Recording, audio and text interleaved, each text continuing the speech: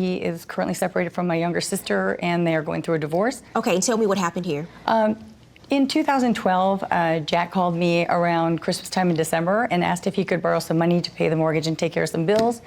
At that time, he had custody of my niece and my nephew, and I wanted to help him, but I asked him, kind of knowing that we don't get along and knowing his history, how he would pay me back.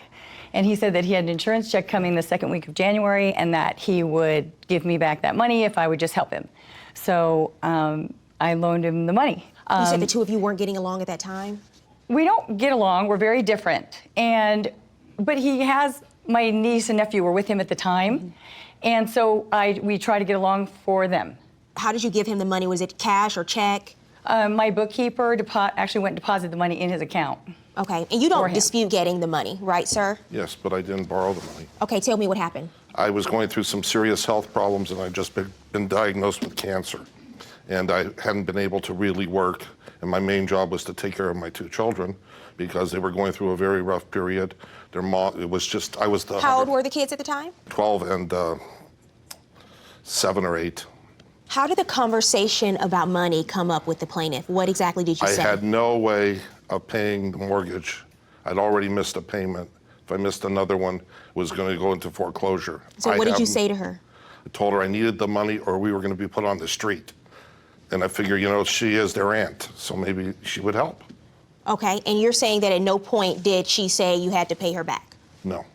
Okay, and you followed up with him, correct? Yeah, I did. When January came along, I knew they were having a hard time. I didn't pressure him a lot in the beginning, but when it got into February, I started to say, Jack, did you get your check? I never got the money. And he said, well, I needed that check. I had to pay the mortgage, but I have some taxes that are going to come back. What check are you referring to? He said he was getting an insurance reimbursement in January. Were you expecting an insurance check or payment? Yes, but like And did you get it?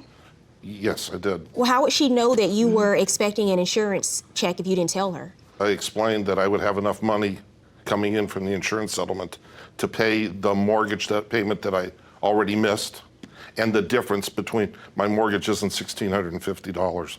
It's 20, at the time it was 22.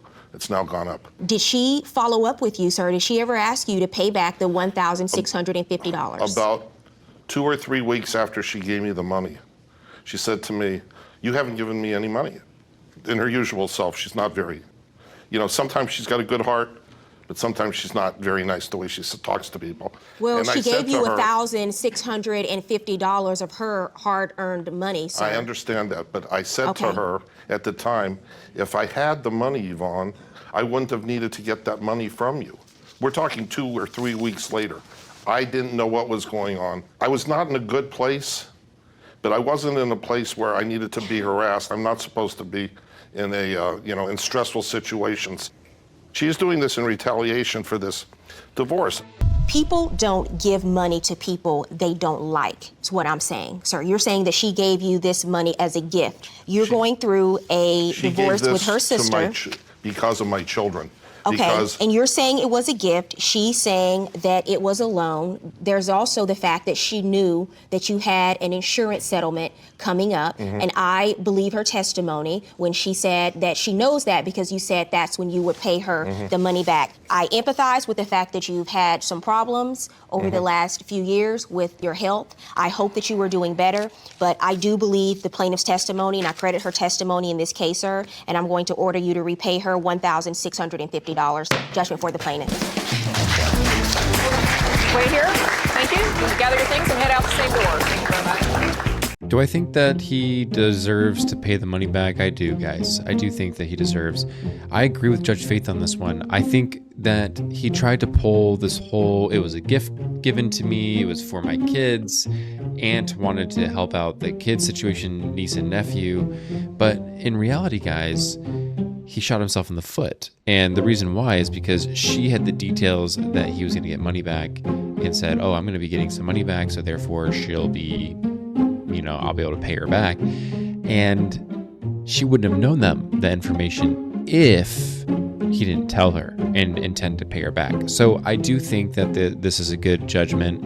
In some cases, I think giving some money to people as a gift, it is a thing that happens. And I do believe it is a real, like, that there's potential that could have happened. But I think that unfortunately for him, he does owe her the money. And it's sad because he's going through a divorce. He's just got diagnosed with cancer. He's got 2 young kids. And it seems like he's just not going to be able to get out of this. And it's going to be very difficult for him.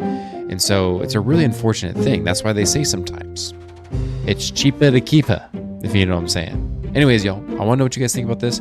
Do you believe that it was a gift? Do you think that she gave the money and it shouldn't be repaid? Or do you think that it should be repaid? Let me know in the comments down below.